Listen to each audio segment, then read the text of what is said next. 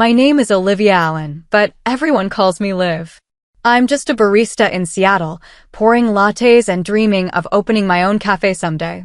It's a simple life, one I carved out after my family turned their backs on me. I thought I'd left the past behind, until one rainy morning when my phone buzzed with a message that ripped my world apart.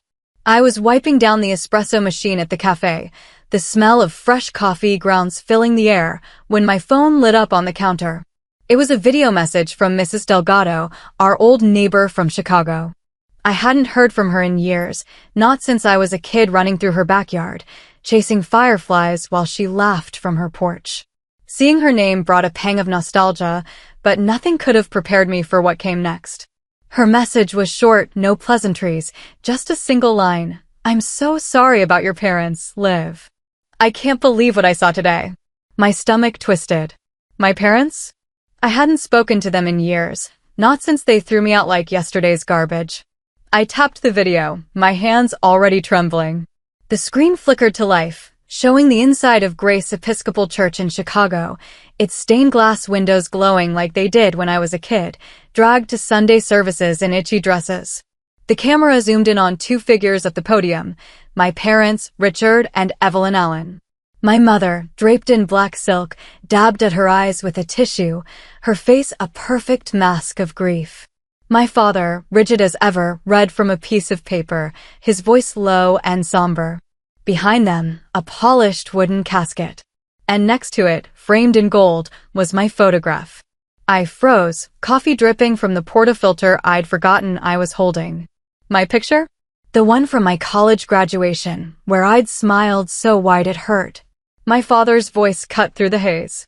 Our daughter, Olivia, was a troubled soul, but we loved her. We did everything we could. My mother nodded, her sobs delicate, practiced. She left this world too soon, she said.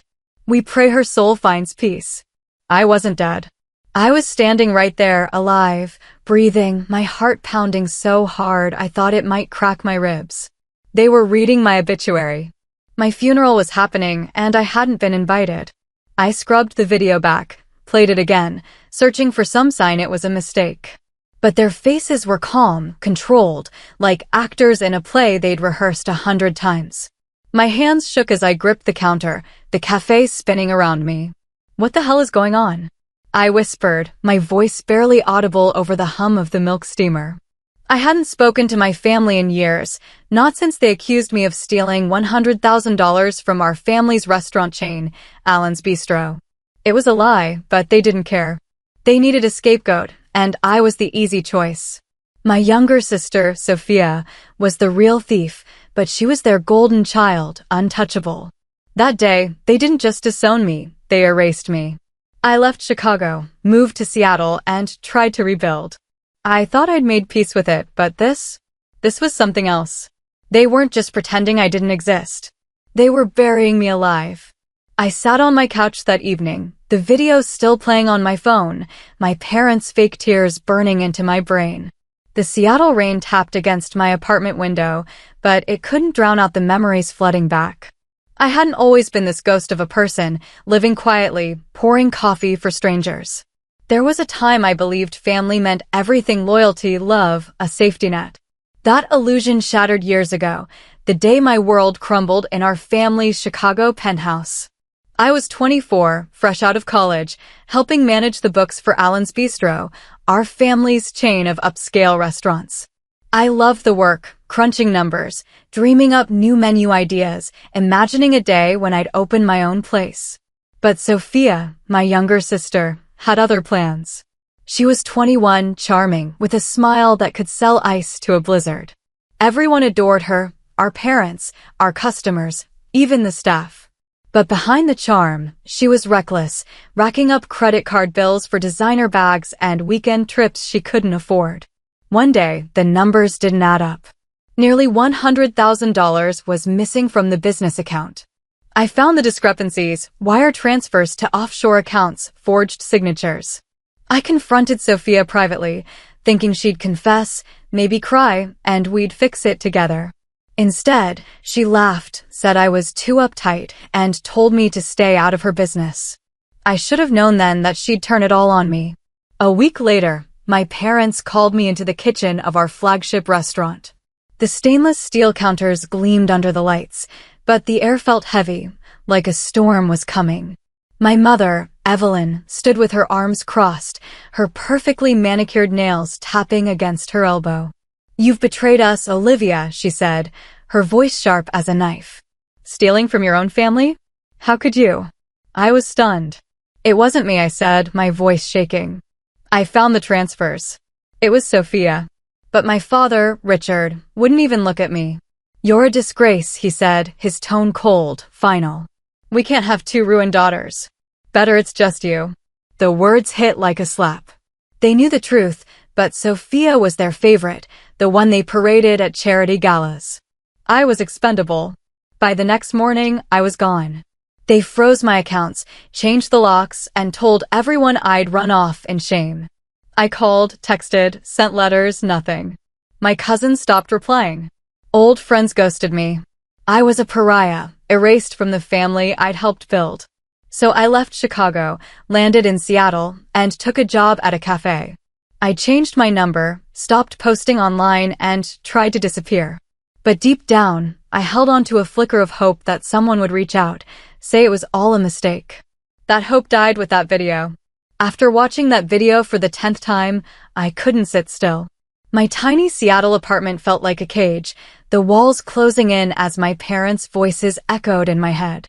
They didn't just disown me, they declared me dead. I needed answers, so I started digging, even though part of me was terrified of what I'd find. Last year, I'd tried logging into an old email account, one I hadn't used since Chicago. It was locked, flagged as deactivated due to user decease. I'd brushed it off as a glitch, but now it hit me like a freight train. I contacted the email provider, and after hours on hold, they confirmed it. Someone had reported me dead, complete with a forged death certificate. My name, Olivia Allen, was officially gone from their system. I sat on my bed, staring at the ceiling, my heart racing. This wasn't a mistake, it was deliberate.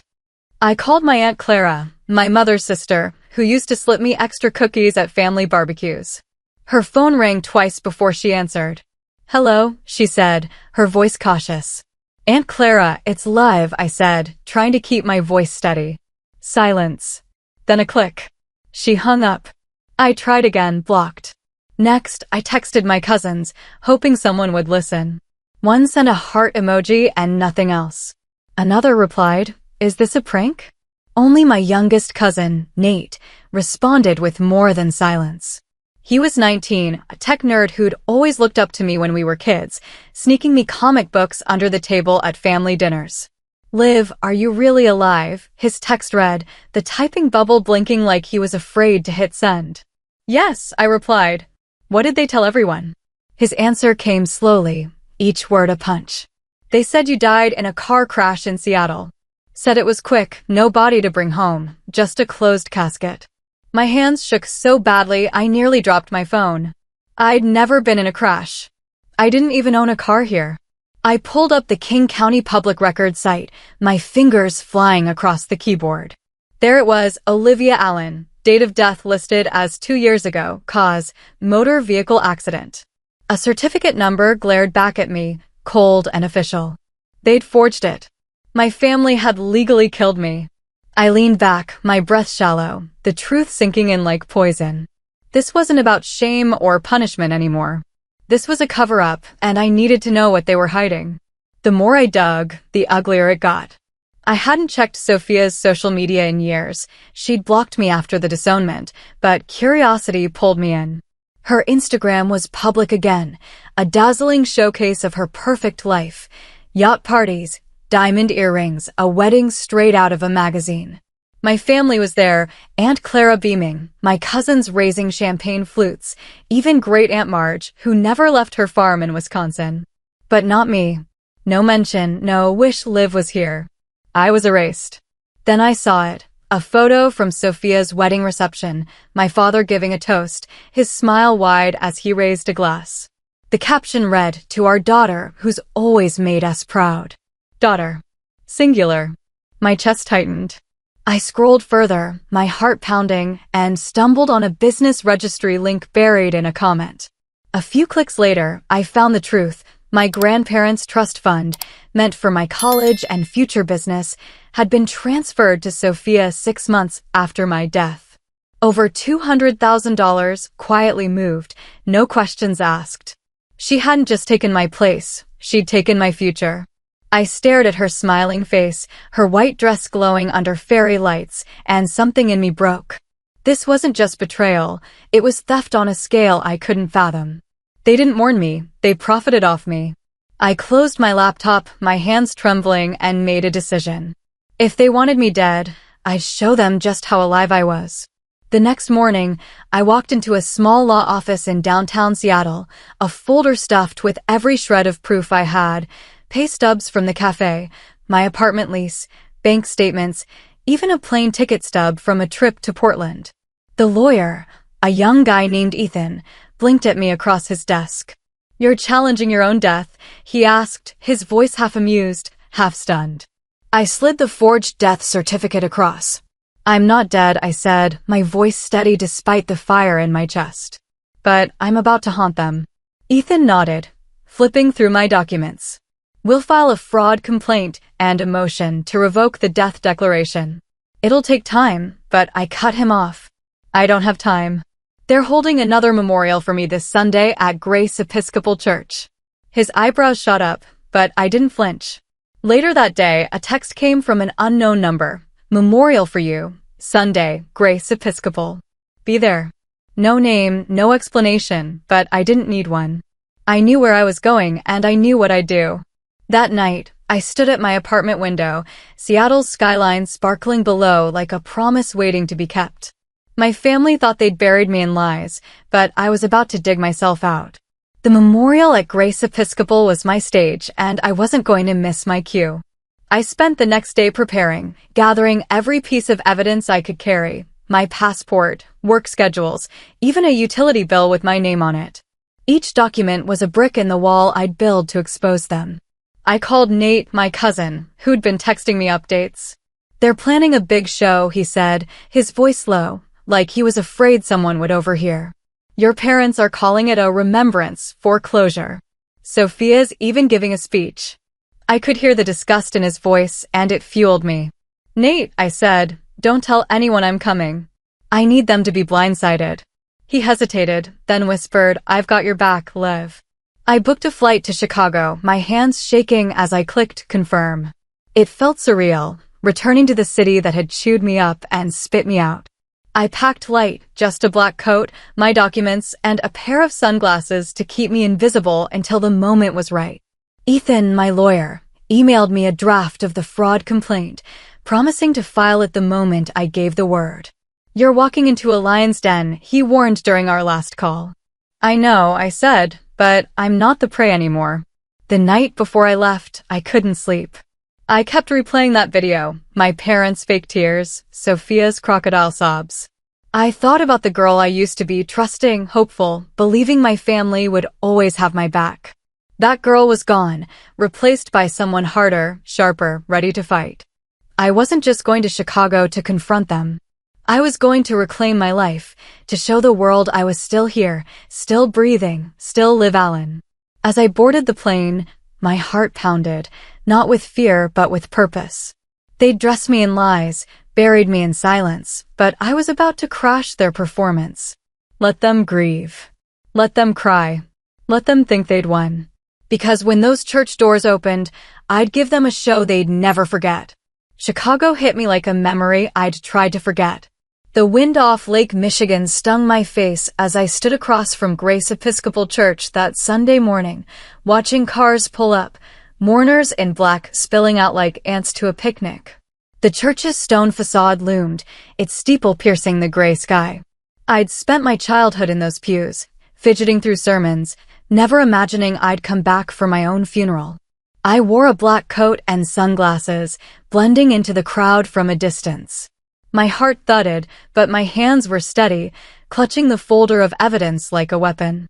Inside, the organ played a slow, mournful tune, and I could hear muffled voices through the open doors. I waited, watching aunts, uncles, even my old high school art teacher file in, all playing their parts in this charade. It was surreal, like watching a movie about someone else's life. Then it began.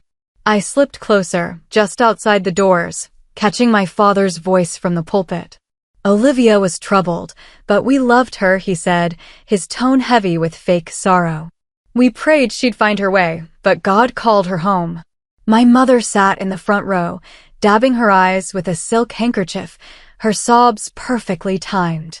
Sophia stood nearby, clutching a string of pearls, her face a mask of grief. My sister was complicated, she said, her voice breaking just enough to seem real. I wish I'd had the chance to say goodbye. I clenched my fists, my nails biting into my palms.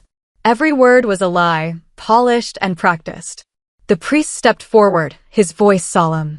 Let us stand for a moment of silence to honor Olivia's memory.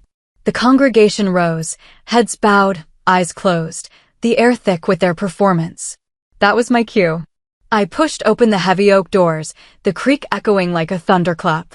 Light flooded the aisle, and I stepped into it, my heels clicking against the marble floor, sharp, deliberate, unstoppable. Gasps rippled through the crowd. A cousin whispered, "Is that her?" A child's voice cut through, "Mom, isn't that Liv?" I took off my sunglasses, letting my eyes meet theirs, wide, disbelieving, terrified. My mother's face drained of color, her handkerchief fluttering to the floor. My father's jaw dropped, his notes slipping from his hands. Sophia froze, her pearls twisting in her grip, a champagne glass tumbling to the floor, splashing her pristine shoes. I kept walking, every step a declaration. I was no ghost. I was Liv Allen, alive, and they were about to face the truth. I reached the front of Grace Episcopal Church, standing beneath my own portrait, a photo from a happier time, when I still believed in family. The crowd stared, some with phones raised, others too shocked to move. My parents and Sophia stood frozen, their perfect performance shattered. I didn't need a script. My presence was enough to crack their lies wide open. I cleared my throat, my voice steady despite the storm inside me. I heard I died, I said, letting the words hang in the air. But I'm here to set the story straight. A murmur rippled through the pews, like the first sparks of a fire. I pulled the folder from my coat, holding up the stack of documents, passport stamps, pay stubs, my Seattle lease, all stamped with official seals. There was no car crash, I said, my eyes locking on my father. No accident, no closed casket. I've been alive, working, surviving. The only thing I lost was you. I turned to Sophia, who clutched her pearls like they could save her. You didn't just erase me, I said. You stole from me. My trust fund, my inheritance, transferred to you after you declared me dead. Her face went pale, her lips trembling, but she said nothing.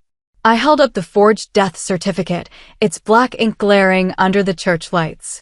This says I died 2 years ago. Funny, because I'm standing right here. The crowd erupted in whispers, phones now recording, red dots blinking like eyes in the dark. You told everyone I was gone, I said, facing my parents. You lied to protect your reputation, to cover for Sophia's theft. You threw me away, and when that wasn't enough, you buried me. My father's face was ashen, his hands shaking. My mother gripped the pew, her sobs replaced by silence. Sophia tried to speak, but I cut her off. Don't, I said. Enjoy the life you built on my money? I hope it was worth it. Someone in the back gasped. A cousin muttered, she's got proof. The air felt electric, like the room was holding its breath, waiting for the next move. I turned to the crowd, my voice softer but firm. You came to mourn me, but I'm not the one who's dead. Their lies are. I set the folder on the podium, a final gesture, and stepped back. The truth was out, burning brighter than their fake tears. I'd lit the match, and there was no putting out the fire now. I walked out of Grace Episcopal Church, the bells ringing behind me, their echo sharp and final. The crowd's whispers followed me, a mix of shock and awe, but I didn't look back. My parents' faces, pale, defeated, were seared into my mind. Sophia's pearls, her champagne-stained shoes, her silence, they were her confession. I'd done what I came to do. The truth was free, and so was I. Back in Seattle, I met with Ethan, my lawyer, in his cramped office overlooking the Puget Sound. I handed him the folder, now dog-eared from the church confrontation. He spread the documents across his desk, shaking his head. "You really walked into your own funeral," he said, half laughing.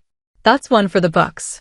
I signed the final forms to revoke the death certificate, watching as he shredded the forged one, its pieces fluttering into the trash like ash. "Investigations already started," Ethan said. "Fraud, embezzlement, false reporting, they're in deep." I nodded, feeling a weight lift. The video from the church had gone viral, thanks to a cousin who'd posted it online. Comments flooded in, people outraged, inspired, calling me a hero. I didn't feel like one. I was just Liv, the girl who'd been erased and fought her way back. My family's restaurant chain was under scrutiny now, their reputation crumbling as auditors dug into their books. Sophia's lavish wedding photos were mocked online, her perfect life exposed as a lie. I didn't need revenge. The truth was enough. I moved forward, not looking back. I kept working at the cafe, saving every tip for my dream, a cozy coffee shop of my own, where no one could take my name or my future. Sometimes, late at night, I'd think about Chicago, about the family I'd lost. But then I'd remember the church, the click of my heels, the silence I broke. I wasn't their daughter anymore. I was Liv Allen, alive, unbreakable, free. To everyone who's followed this journey, thank you. You've walked with me through betrayal, heartbreak, and a fight I never thought I'd win. If my story hit you, stirred something in your soul, hit that subscribe button and join us. Every story we tell here is about truth, resilience, and reclaiming what's yours. Keep fighting for your own light, and I'll meet you at the next chapter.